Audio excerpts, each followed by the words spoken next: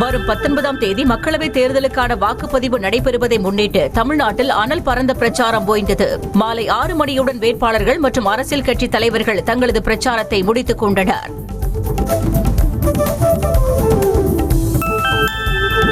தமிழகத்தில் மக்களவைத் தேர்தலுக்கான பரப்புரை நிறைவடைந்த நிலையில் அனைத்து மக்களவைத் தொகுதிகளிலும் சம்பந்தம் இல்லாத அரசியல் கட்சியினர் மற்றும் பிரமுகர்கள் வெளியேற்றப்பட்டனர். தேர்தல் பிரச்சாரத்திற்காக தங்கும் விடுதி உள்ளிட்ட இடங்களில் தங்கியிருந்தவர்கள் வெளியேறினர். சென்னை பெசன்ட் நகரில் நடைபெற்ற பிரம்மாண்ட பொதுக்கூட்டத்தில் உரையாற்றிய முதலமைச்சர் மு.க.ஸ்டாலின் தனது பிரச்சாரத்தை நிறைவு செய்தார். 40 தொகுதிகளிலும் தாமே நிற்பதாக கருதி மக்கள் ஆதரவு தர வேண்டும் என முதலமைச்சர் மு.க.ஸ்டாலின் வேண்டுகோள் விடுத்தார். அதிமுக பொதுச் செயலாளர் எடப்பாடி பழனிசாமி சேலத்தில் நாடாளுமன்ற தேர்தல் பரப்புரையை நிறைவு செய்தார். அப்போது சேலம் மக்களவை தொகுதி அதிமுக வேட்பாளர் விக்னேஷை ஆதரித்து 5 கிலோமீட்டர் தொலைவுக்கு இபிஎஸ் ரோட் ஷோ நடத்தினார். கோவை மக்களவை தொகுதி பாஜக வேட்பாளர் அண்ணாமலை கோவை பகுதியில் திறந்த வாகனத்தில் சென்று மக்களை சந்தித்து வாக்கு சேகரித்து அனல் பறக்கும் பிரச்சாரத்தை நிறைவு செய்தார். பரப்புரை நிறைவின் போது பேசிய அவர் மக்கள் மாற்றத்திற்கான மனநிலையில் உள்ளதாக திட்டவட்டமாக தெரிவித்தார். சென்னையில் நாம் தமிழர் கட்சி வேட்பாளர்களை ஆதரித்து மேற்கொண்ட பிரச்சாரத்தை கட்சியின் தலைமை ஒருங்கிணைப்பாளர் சீமான் நிறைவு செய்தார். அப்போது பேசிய அவர் பணம் வாங்கிக் கொண்டு வாக்களிப்பதை மக்கள் தவிர்க்க வேண்டும் என வேண்டுகோள் விடுத்தார். கோவை திமுக வேட்பாளர் கணபதி ராஜ்குமாரை ஆதரித்து கவுண்டம்பாளையம் பகுதியில் அமைச்சர் உதயநிதி ஸ்டாலின் இறுதிக்கட்ட பிரச்சாரம் மேற்கொண்டார். அப்போது பேசிய அவர் மத்தியில் இந்தியா கூட்டணி ஆட்சிக்கு வருவது உறுதி என திட்டவட்டமாக தெரிவித்தார்.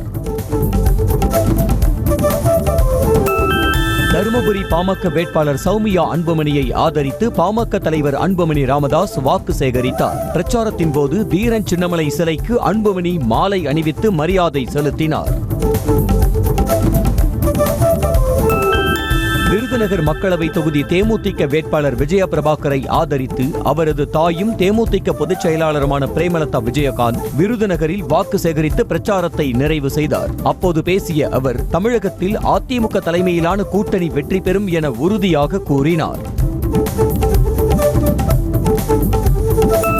தூத்துக்குடி மக்களவை தொகுதி திமுக வேட்பாளர் கனிமொழி தூத்துக்குடி பகுதியில் இறுதிக்கட்ட தேர்தல் பிரச்சாரத்தை நிறைவு செய்தார். அப்பகுதியில் திறந்த வாகனத்தில் சென்று மக்களை நேரில் சந்தித்து வாக்கு சேகரித்த அவர் பரப்புரையை முடித்துக் கொண்டார். சிதம்பரம் மக்களவை தொகுதி விசிக வேட்பாளர் தொல் திருமாவளவன் சிதம்பரம் பகுதியில் இறுதிக்கட்ட பிரச்சாரத்தை நிறைவு செய்தார். அப்போது பேசிய அவர் பாசிசத்தை வீழ்த்த இந்தியா கூட்டணி வெற்றி பெற வேண்டும் என வலியுறுத்தினார். விருதுநகர் மக்களவை தொகுதி பாஜக வேட்பாளர் ராதிகா சரத்குமார் வாக்காளர்களுக்கு பறக்கும் முத்தம் கொடுத்து பிரச்சாரத்தை நிறைவு செய்தார். அதுபோல ராமநாதபுரத்தில் மக்களை நேரில் சந்தித்து சுயேட்சை வேட்பாளர் ஓ பன்னீர்செல்வம் இறுதிக்கட்ட பரப்புரையில் ஈடுபட்டார். தமிழ்நாட்டில் மக்களவைத் தேர்தல் வாக்குப்பதிவை முன்னிட்டு 18 மற்றும் 19 ஆகிய தேதிகளில் டாஸ்மாக் கடைகள் மூடப்படுகிறது. தொடர் விடுமுறை காரணமாக பல்வேறு இடங்களில் முந்தைய நாளே டாஸ்மாக் விற்பனை 2 மடங்காக அதிகரித்ததாக தகவல் வெளியாகியுள்ளது. தமிழகத்தில் 44,800 வாக்குச்சாவடிகளில் வெப் கேமரா பொருத்தப்பட்டு கண்காணிக்கப்படும் என தமிழ்நாடு தலைமை தேர்தல் அதிகாரி சத்யபிரதா சாஹூ தெரிவித்தார். தலைமைச் செயலகத்தில் செய்தியாளர்களை சந்தித்த அவர் தேர்தல் பணியில் ஈடுபடுபவர்கள் 18ஆம் தேதி வரை தபால் வாக்கு அளிக்கலாம் என தெரிவித்தார். தமிழகத்தில் வெள்ளிக்கிழமை நடைபெறவுள்ள மக்களவைத் தேர்தல் வாக்குப்பதிவுக்கான முன்னேற்பாடு பணிகள் தீவிரமாக நடைபெற்று வருகிறது. மாநிலத்தின் பல்வேறு இடங்களில் வாக்குப்பதிவு இயந்திரங்களை எடுத்துச் செல்லும் போலீசாருடன் பாதுகாப்பு ஏற்பாடுகள் குறித்து மாவட்ட காவல் கண்காணிப்பாளர்கள் ஆலோசனை நடத்தினர். 1,15,00,000 மகளிருக்கு மாதம் 1000 ரூபாய் வீதம் 8 மாதங்களில் மொத்தம் 9,200 கோடி ரூபாய் வழங்கப்பட்டுள்ளதாக முதலமைச்சர் மு.க.ஸ்டாலின் தெரிவித்துள்ளார். திமுக அரசின் மகளிர் உரிமை திட்டம் இந்தியாவிற்கே வழிகாட்டியாக உள்ளதாக கூறியுள்ளார்.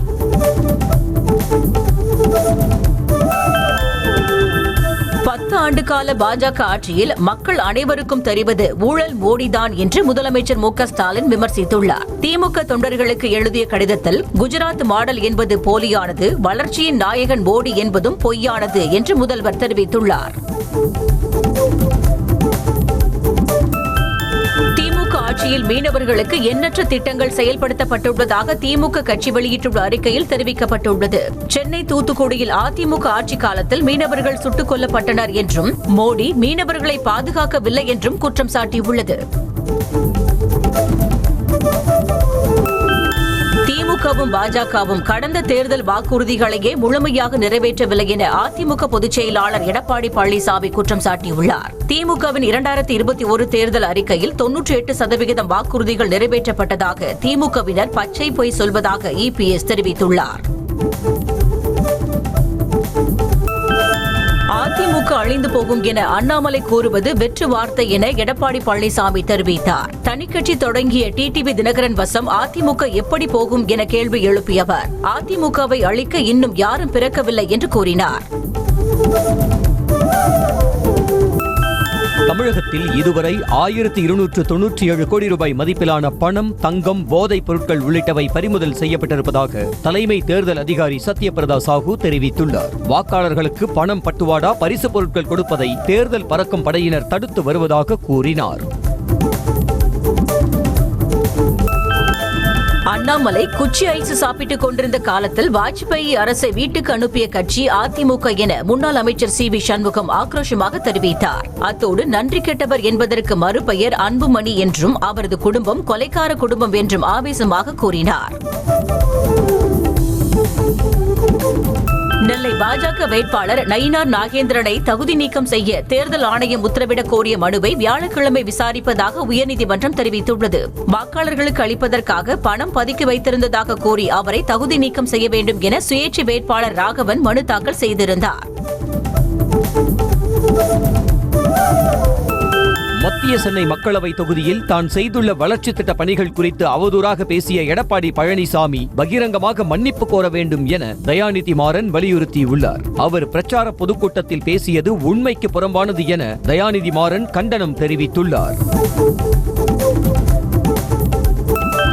மக்களவை தேர்தலில் முதல் கட்ட வாக்குப்பதிவு நடைபெறும் பிற மாநில தொகுதிகளிலும் பிரச்சாரம் முடிவுக்கு வந்தது. அஸ்ஸாம், பீகார், மத்திய பிரதேசம், மகாராஷ்டிரா, ராஜஸ்தான், உத்தரப்பிரதேசம், உத்தரகண்ட் உள்ளிட்ட சில மாநிலங்களில் ஏப்ரல் 19 வாக்குப்பதிவு நடைபெறும் தொகுதிகளில் தேர்தல் பரப்புரை நிறைவு பெற்றது. பிரதமர் மோடி ஊழலின் நாயகனாக திகழ்வதாக ராகுல் காந்தி குற்றம் சாட்டினார். சமாஜ்வாதி தலைவர் அகிலேஷ் யாதவுடன் சேர்ந்து செய்தியாளர்களை சந்தித்த அவர் பாஜகவின் தேர்தல் பத்திர விவகாரத்தை சுட்டிக்காட்டி உலகில் நடந்த மிகப்பெரிய பணம் பறித்தல் சம்பவம் இதுதான் என விமர்சித்துள்ளார். தமது வாழ்நாளில் இவ்வளவு ஊழல் நிறைந்த தேர்தலை பார்த்ததே இல்லை என மேற்கு வங்க முதலமைச்சர் மமதா பானர்ஜி ஆவேசமாக கூறினார். அஸ்ஸாமில் பிரச்சாரம் செய்த அவர் கலவரம் செய்வதுதான் மோடி அரசாங்கத்தின் உத்தரவாதம் என கடுமையாக சாடினார். உத்தரப்பிரதேசத்தின் சஹாரன்பூரில் காங்கிரஸ் பொதுச் செயலாளர் பிரியங்கா காந்தி சாலை பேரணி மேற்கொண்டார். வழிநெடுகிலும் காங்கிரஸ் கட்சி தொண்டர்கள் திரண்டு நின்று பிரியங்கா காந்திக்கு உற்சாக வரவேற்பு அளித்தனர். மக்களவை தேர்தலை முன்னிட்டு திரிணாமுல் காங்கிரஸ் கட்சி தேர்தல் அறிக்கை வெளியிட்டது. மேற்கு வங்கத்தில் சிஏஏ, என்ஆர்சி, பொது சிவில் சட்டத்திற்கு இடமில்லை உள்ளிட்ட 10 வாக்குறுதிகள் தேர்தல் அறிக்கையில் இடம்பெற்றுள்ளது. திகார் சிறையில் இருந்தவாறு ஆட்சி நடத்த டெல்லி முதல்வர் கெஜ்ரிவாலுக்கு அனுமதி அளிக்க கோரி டெல்லி உயர்நீதிமன்றத்தில் வழக்கு தொடரப்பட்டுள்ளது. அமைச்சர்களுடன் காணொலி வாயிலாக அமைச்சரவையை கூட்டி கலந்துரையாட உரிய வசதி ஏற்படுத்தி தர கோரிக்கை வைக்கப்பட்டுள்ளது.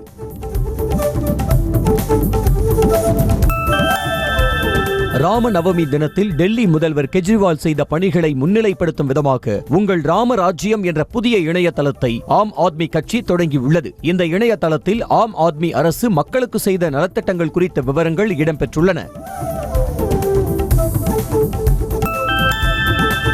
மேற்கு வங்க ஆளுநர் ஆனந்த போஸ் ஏப்ரல் 18 மற்றும் 19 தேதிகளில் வடக்கு வங்காளத்தின் கூச் பெஹாருக்கு செல்லும் பயணத்தை ரத்து செய்யுமாறு தேர்தல் ஆணையம் அறிவுறுத்தியுள்ளது. முதற்கட்ட வாக்குப்பதிவு ஏப்ரல் 19 தேதி நடைபெற உள்ளதால் இதுபோன்ற பயணங்கள் நடத்தை விதிகளை மீறுவதாகும் என தெரிவித்திருக்கிறது. இந்தியாவில் 1991 பொருளாதார தாராளமயமாக்கலை கொண்டு வந்த முன்னாள் பிரதமர் PV நரசிம்மராவ் அப்போதைய நிதி அமைச்சர் மன்மோகன் சிங்கை பாராட்டுவதாக உச்சநீதிமன்றத்தில் மத்திய அரசு தெரிவித்தது. உலக சந்தைக்கு இந்தியாவின் பொருளாதாரத்தை திறந்துவிட்டதில் இவர்கள் முக்கிய பங்காற்றியதாக கூறியது. அக்னிபாத் திட்டத்தின் கீழ் ராணுவத்தில் சேரும் வீரர்களின் பயிற்சி நிறைவு விழா பெங்களூருவில் நடைபெற்றது. பாராசூட் ரெஜிமெண்ட் பயிற்சி மையத்தில் நடைபெற்ற விழாவில் 3வது பேட்ச் அக்னிபாத் வீரர்களின் மிடுக்கான அணிவகுப்பு நடைபெற்றது. மக்களவை தேர்தல் முடிந்த பின்பு பல திட்டங்களை உள்ளடக்கிய 100 நாள் வளர்ச்சி திட்டத்தை ரயில்வே நிர்வாகம் அறிவிக்க உள்ளதாக கூறப்படுகிறது. ரத்தான பயண கட்டணத்தை 24 மணி நேரத்திற்குள் திரும்ப அளிக்கும் முறை உள்ளிட்ட பல்வேறு திட்டங்கள் அதில் இடம்பெறும் என தகவல் வெளியாகியுள்ளது. ராம நவமியை ஒட்டி பிரதமர் மோடி வாழ்த்து தெரிவித்துள்ளார். அயோத்தியில் இருக்கும் ராமர் கோவில் ஈடு இணையில்லாத பேரின்பத்தை வழங்குவதாக குறிப்பிட்டுள்ள அவர், கோடிக்கணக்கான இந்தியர்கள் காத்திருந்த ஒரு தருணம் என்றும் பலரது தியாகம், கடின உழைப்பால் ராமர் கோயில் கட்டப்பட்டதாகவும் தெரிவித்தார். தீரன் சின்னமலையின் ஜெயந்தியை முன்னிட்டு பிரதமர் மோடி தனது எக்ஸ் தளத்தில் புகழாரம் தெரிவித்துள்ளார். இந்தியாவின் சுதந்திர போராட்டத்தில் அவரது துணிச்சலும், காலனி ஆதிக்கத்தை எதிர்த்து போராடியதற்கான புத்திசாலித்தனமும் மிகவும் ஊக்கமளிப்பதாக தெரிவித்துள்ளார்.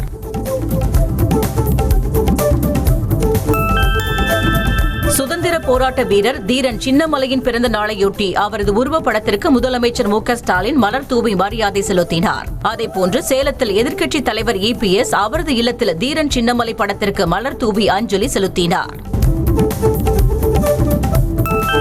தேர்தல் விளம்பரங்களுக்கு அனுமதி மறுத்ததை எதிர்த்து உச்சநீதிமன்றத்தை தான் அணுக வேண்டும் என்ற உச்சநீதிமன்ற உத்தரவின் நகலை வியாழக்கிழமை தாக்கல் செய்ய தேர்தல் ஆணையத்துக்கு சென்னை உயர்நீதிமன்றம் உத்தரவிட்டுள்ளது. இது தொடர்பாக திமுக அமைப்பு செயலாளர் RS பாரதி வழக்கு தொடர்ந்துள்ளார்.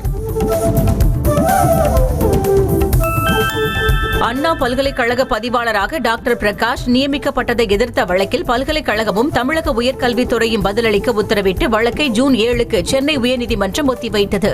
திமுக MLAவும் சிண்டிகேட் உறுப்பினருமான பரந்தாமன் வழக்கு தொடர்ந்திருந்தார். அமலாக்கத்துறை வழக்கின் அசல் ஆவணங்களை பெறுவதற்காக முன்னாள் அமைச்சர் செந்தில் பாலாஜியை ஏப்ரல் 22ஆம் தேதி நேரில் ஆஜர்படுத்த வேண்டும் என சென்னை மாவட்ட முதன்மை அமர்வு நீதிமன்றம் உத்தரவிட்டுள்ளது. மேலும் வழக்கிலிருந்து விடுவிக்க கோரி தொடர்ந்த மனு மீது மீண்டும் வாதிடவும் அனுமதி வழங்கப்பட்டது. பெண் எஸ்பிக்கு பாலியல் தொல்லை அளித்த வழக்கில் சிறை தண்டனை விதிக்கப்பட்ட முன்னாள் சிறப்பு DGP ராஜேஷ் தாஸ் தாக்கல் செய்த மனு மீதான தீர்ப்பு தேதி குறிப்பிடாமல் ஒத்திவைக்கப்பட்டது. 3 ஆண்டுகள் சிறை தண்டனையை நிறுத்தி வைக்க கோரி ராஜேஷ் தாஸ் சென்னை உயர்நீதிமன்றத்தில் மனு தாக்கல் செய்திருந்தது குறிப்பிடத்தக்கது.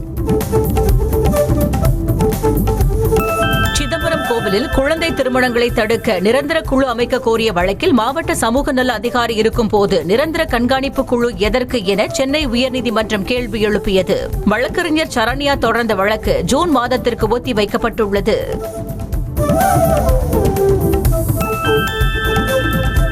கோகுல்ராஜ் ஆணவ கொலை வழக்கில் ஆயுள் தண்டனை அனுபவித்து வரும் யுவராஜுக்கு சிறையில் முதல் வகுப்பு வசதி கோருவது குறித்து பதிலளிக்க மாவட்ட ஆட்சியர் மற்றும் கோவை மத்திய சிறை நிர்வாகத்திற்கு சென்னை உயர்நீதிமன்றம் உத்தரவிட்டுள்ளது. இது தொடர்பாக அவரது மனைவி சுவிதா வழக்கு தொடர்ந்துள்ளார்.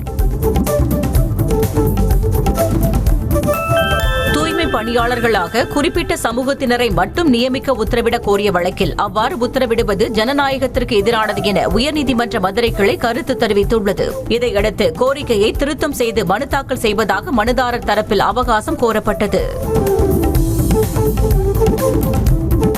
விபத்துகளில் சிக்கி மருத்துவமனைக்கு அழைத்து வரப்படுபவர்கள் மீது மது வாசனை இருந்தால் அதன் அளவை பதிவு செய்வதை கட்டாயமாக்க வேண்டும் என சென்னை உயர்நீதிமன்றம் உத்தரவிட்டுள்ளது. இதுகுறித்து அரசு மற்றும் தனியார் மருத்துவமனைகளுக்கு சுற்றறிக்கை அனுப்பும்படி தமிழக சுகாதாரத்துறைக்கு அறிவுறுத்தப்பட்டுள்ளது. தாய்லாந்திலிருந்து சென்னைக்கு வந்த விமானத்தில் கடத்தி வரப்பட்ட 500 அரிய வகை ஆமைகளை சுங்கத்துறை அதிகாரிகள் பறிமுதல் செய்து ஆயுதப்படை போலீசார் உள்ளிட்ட 2 கைது செய்தனர். பட்டுக்கோட்டையைச் சேர்ந்த முகமது முபீன் கொண்டு வந்த பார்சலை அதிகாரிகள் சோதனை செய்ததில் அரிய வகை ஆமைகள் இருப்பதை கண்டுபிடித்தனர். சென்னை மீனம்பாக்கத்தில் உள்ள மெர்கன்டைல் வங்கி ATM மையத்தில் மர்ம நபர்கள் 2 உள்ளே நுழைந்து ATM இயந்திரத்தில் இருக்கும் செட்டிங்கை மாற்றி 6 லட்சம் ரூபாயை எடுத்துச் சென்றதாக புகார் எழுந்துள்ளது. வங்கி அதிகாரிகள் அளித்த புகாரின் பேரில் காவல்துறையினர் விசாரணை மேற்கொண்டுள்ளனர். சென்னை வடபழனியில் அடுக்குமாடி குடியிருப்பில் இயங்கி வரும் அம்மாச்சி குழம்பு கடை என்ற உணவகத்தில் கேஸ் சிலிண்டர் தீப்பிடித்து எரிந்ததில் பிரிட்ஜ் மற்றும் குக்கர் வெடித்து சிதறி பெரும் தீ விபத்து ஏற்பட்டது. தகவல் அறிந்து அங்கு சென்ற தீயணைப்பு படையினர் 1 மணி நேரம் போராடி தீயை அணைத்தனர். கன்னியாகுமரியில் உள்ள விவேகானந்தர் மண்டபத்திற்கு வாக்குப்பதிவு நாளான வரும் 19ஆம் தேதி படகு போக்குவரத்து ரத்து செய்யப்படுவதாக தமிழ்நாடு அரசு பூம்புகார் கப்பல் போக்குவரத்து கழகம் அறிவித்துள்ளது. தேர்தலில் 100% அனைவரும் வாக்களிக்க ஏதுவாக விடுமுறை அறிவிக்கப்பட்டது. புதுச்சேரியில் ஓட்டுக்கு பணம் பட்டுவாடா செய்வதை தேர்தல் அதிகாரிகள் தடுக்கவில்லை என குற்றம் சாட்டி மாவட்ட ஆட்சியர் அலுவலகத்தை முற்றுகையிட்டு அதிமுகவினர் போராட்டம் நடத்தினர். பாஜக, காங்கிரஸ் கட்சிகள் ஓட்டுக்கு பணம் கொடுப்பதாக புதுச்சேரி அதிமுக குற்றம் சாட்டியுள்ளது. நெல்லை சென்ட்ரல் பேங்க் ஆப் இந்தியாவில் இருந்து ஆழ்வார்குறிச்சியில் உள்ள ஏடிஎம்மில் நிரப்புவதற்காக தனியார் வாகனத்தில் கொண்டு செல்லப்பட்ட 14 லட்சம் ரூபாயை தேர்தல் பறக்கும் படையினர் பறிமுதல் செய்தனர். பறிமுதல் செய்யப்பட்ட பணம் தேர்தல் அலுவலரிடம் ஒப்படைக்கப்பட்டது. திருச்சி லால்குடி அருகே இந்திய ஜனநாயக கட்சி நிர்வாகி வீட்டிலிருந்து 1 லட்சம் ரூபாயை தேர்தல் பறக்கும் படையினர் பறிமுதல் செய்தனர். கட்சியின் கிளை செயலாளர் வினோத்குமார் என்பவரது வீட்டின் கழிவறையில் இருந்து பணத்தை பறிமுதல் செய்த அதிகாரிகள் பணப்பட்டுவாடா குறித்த பட்டியலையும் கைப்பற்றினர். நீலகிரி மாவட்டம் கோத்தகிரியில் திமுக ஒன்றிய செயலாளரின் வாகனத்தில் இருந்து 8,59,000 ரூபாய் பணத்தை தேர்தல் பறக்கும் படையினர் பறிமுதல் செய்தனர். பாஜகவினர் அளித்த தகவலின் பேரில் திமுக ஒன்றிய செயலாளரின் வாகனத்தில் இருந்து பணத்தை தேர்தல் பறக்கும் படையினர் கைப்பற்றியுள்ளனர். திண்டுக்கல் மாவட்டம் பழனி பைபாஸ் அருகே கள்ளச்சந்தையில் மது விற்றவர்களை பாமக வேட்பாளர் திலகபாமா சிறைப்பிடித்தார். தகவல் அறிந்து சென்ற அவர் கள்ளத்தனமாக மதுபானம் விற்றவரை பிடித்து அறையில் பூட்டி வைத்ததால் பரபரப்பு ஏற்பட்டது. ராமநாதபுரத்தில் வீடு வீடாக சென்று வாக்காளர்களுக்கு பணம் பட்டுவாடா செய்யப்படுவதாக புகார் எழுந்துள்ளது. கொத்தத்தெரு பகுதியில் விநியோகம் செய்யப்பட்ட இந்த பணம் எந்த வேட்பாளருக்காக பட்டுவாடா செய்யப்பட்டது என்பது குறித்து தேர்தல் அதிகாரிகள் விசாரித்து வருகின்றனர். கள்ளக்குறிச்சி மாவட்டம் திருக்கோவிலூர் அருகே வாக்காளர்களுக்கு பணம் பட்டுவாடா செய்த கும்பல் பறக்கும் படையினரை கண்டதும் 2.25 லட்சம் ரூபாயை காரிலேயே விட்டுவிட்டு ஓடியது. பொலிரோ காரையும் அதிலிருந்த பணத்தையும் கைப்பற்றிய தேர்தல் அதிகாரிகள் தேர்தல் நடத்தும் உதவி அலுவலரிடம் ஒப்படைத்தனர். குமரி மாவட்டம் முள்ளூர்துறை கடற்கரை கிராமத்தில் பதுக்கி வைத்திருந்த 5 லட்சம் ரூபாய் மதிப்பிலான மது பாட்டில்கள் பறிமுதல் செய்யப்பட்டது. வாக்குப்பதிவு நாளின் போது வாக்காளர்களுக்கு விநியோகிக்க இந்த மது பாட்டில்கள் வைக்கப்பட்டிருந்ததா என போலீசார் விசாரணை நடத்துகின்றனர். தென்காசி மாவட்டம் சங்கரன் கோவில் சங்கர நாராயண சுவாமி கோவில் பேருந்து நிலையம் மற்றும் அதனை சுற்றியுள்ள பகுதிகளில் வெடிகுண்டு நிபுணர்கள் திடீர் சோதனை மேற்கொண்டனர். மக்களவைத் தேர்தல் வாக்குப்பதிவையொட்டி மக்கள் அதிகம் கூடும் இடங்களில் வெடிகுண்டு நிபுணர்கள் சோதனை நடத்தினர்.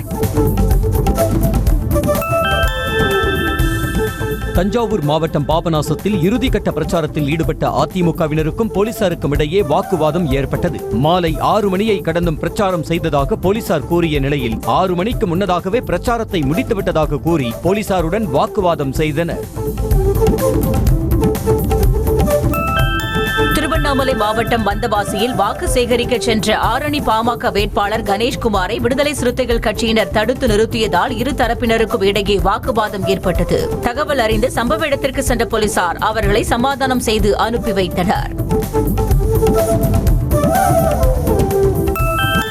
திருப்பூர் மாவட்டம் உடுமலை அமராவதி அணையிலிருந்து குடிநீர் தேவைக்காக தண்ணீர் திறக்கப்பட்டது. பொதுமக்கள் மற்றும் விவசாயிகளின் கோரிக்கையை ஏற்று ஏப்ரல் 21ஆம் தேதி வரை அணையிலிருந்து நாள் ஒன்றுக்கு 235 கன அடி வீதம் தண்ணீர் திறக்கப்படும் என்று தெரிவிக்கப்பட்டுள்ளது.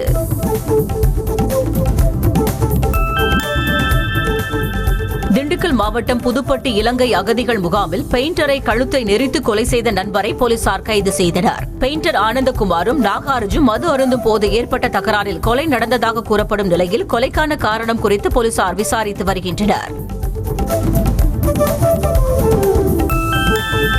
மயிலாடுதுறை மாவட்டம் குத்தாலம் அருகே இருசக்கர வாகனத்தில் சென்ற அரசு மருத்துவர் விபத்தில் சிக்கி உயிரிழந்தார். மேக்ரிமங்கலம் அரசு ஆரம்ப சுகாதார நிலைய மருத்துவர் நூருல் ஹக் இருசக்கர வாகனத்தில் சென்றபோது ஜல்லிக்கற்கள் சறுக்கி கீழே விழுந்ததில் தலையில் காயம் ஏற்பட்டு மரணமடைந்தார். நாமக்கல் மாவட்டம் திருச்செங்கோடு அருகே KSR கல்லூரி வாகனமும் பைக்கும் மோதிய விபத்தில் தந்தை கண்ணெதிரிலேயே 6 வயது மகன் தலை நசுங்கி உயிரிழந்தார். இதனையடுத்து தோக்கவாடி பேருந்து நிறுத்தம் அருகே அடிக்கடி விபத்துகள் நடப்பதாக கூறி பொதுமக்கள் சாலை மறியலில் ஈடுபட்டனர். புதுக்கோட்டை மாவட்டம் ஆச்சநாயக்கன்பட்டி கிராமத்தில் உள்ள காடுவெட்டி குளத்தில் பாரம்பரிய மீன்பிடி திருவிழா விமரிசையாக நடைபெற்றது. இதில் சுற்றுவட்டார கிராமங்களைச் சேர்ந்த பொதுமக்கள் திரளானோர் போட்டி போட்டுக் கொண்டு கெண்டை, கெளுத்தி, விரால் உள்ளிட்ட மீன்களை பிடித்துச் சென்றனர். ராஜஸ்தானுக்கு எதிரான IPL போட்டியில் கடைசி ஓவரில் அதிர்ச்சி தோல்வியடைந்ததால் கொல்கத்தா அணி உரிமையாளர் ஷாருக் கானின் முகம் வாடியது. கைத்தட்டி ஆரவாரம் செய்து கொண்டிருந்த ஷாருக் கான் திடீரென கண் கலங்கியதன் புகைப்படங்கள் வெளியாகி அவரது ரசிகர்களை சோகமடைய செய்துள்ளது. ஜூன் மாதம் நடைபெறும் T20 உலகக்கோப்பைக்கான இந்திய அணியில் விராட் கோலியை ரோஹித் சர்மாவுடன் தொடக்க வீரராக களமிறக்கலாம் என்ற முடிவெடுக்கப்பட்டுள்ளதாக தகவல் வெளியாகியுள்ளது. முன்னதாக இந்திய அணியில் விராட் கோலி இடம்பெற மாட்டார் என்ற தகவல் வெளியாகி சர்ச்சையை ஏற்படுத்தியது. பிரபல திரைப்பட இயக்குனர் பிரசாந்த் நீல் சலார் வெற்றியை தொடர்ந்து சலார் 2ஆம் பாகத்தையும் ஜூனியர் NTRின் 31 படத்தையும் இயக்க உள்ளார். இதனையடுத்து KGFின் 3ஆம் பாகத்தையும் அவர் இயக்க உள்ளார். வார் 2ஆம் பாகம் படத்தில் நடித்து வரும் நடிகர்கள் ஹிருத்திக் ரோஷன், ஜூனியர் NTR ஆகியோர் படப்பிடிப்பு தளத்தில் இருக்கும் புகைப்படங்கள் இணையத்தில் வைரலாகி வருகிறது. ஹிருத்திக் ரோஷன் நடிப்பில் 2019ஆம் ஆண்டு வெளியான வார் திரைப்படம் ரசிகர்களை வெகுவாக கவர்ந்தது. திருப்பதி ஏழுமலையான் கோவிலில் இந்திய பேட்மிண்டன் வீராங்கனை PV சிந்து சுவாமி தரிசனம் செய்தார். தனது குடும்பத்தினருடன் சுவாமி சேவையில் பங்கேற்று நேர்த்திக்கடன் செலுத்திய அவருக்கு கோவில் நிர்வாகம் சார்பில் தீர்த்த பிரசாதம் வழங்கி பட்டு வஸ்திரம் அணிவித்து மரியாதை செலுத்தப்பட்டது. தஞ்சை மாவட்டம் கும்பகோணம் அருகே உள்ள சுவாமிமலை சுவாமிநாத சுவாமி திருக்கோயிலில் சித்திரை பெருந்திருவிழா கொடியேற்றத்துடன் தொடங்கியது. இதனைத் தொடர்ந்து சுவாமிகளுக்கும் கொடிமரத்திற்கும் கோபுர ஆரத்தி காட்டப்பட்டது. நிகழ்ச்சியில் திரளான பக்தர்கள் பங்கேற்று சுவாமி தரிசனம் செய்தனர். சிவகங்கை மாவட்டம் சிங்கம்புணரி நாடார்பேட்டையில் உள்ள பத்திரகாளியம்மன் ஆலய பங்குனி பொங்கல் விழா கோலாகலமாக நடைபெற்றது. இதில் ஏராளமான பக்தர்கள் கலந்து கொண்டு அலகு குத்தியும் பால் குடம் எடுத்தும் நேர்த்திக்கடன் நிறைவேற்றினர். தென்னக அயோத்தி என போற்றப்படும் கும்பகோணம் ராமசாமி கோவிலில் ராம நவமியையொட்டி தேரோட்ட நிகழ்ச்சி வெகு விமர்சையாக நடைபெற்றது. நிகழ்ச்சியில் ஏராளமான பக்தர்கள் கலந்து கொண்டு ராம் ராம் என்ற கோஷத்துடன் தேரை வடம் பிடித்து இழுத்து வழிபட்டனர். செய்திகளை உடனுக்குடனும் துல்லியமாகவும் தெரிந்து கொள்ள சப்ஸ்கிரைப் பண்ணுங்க.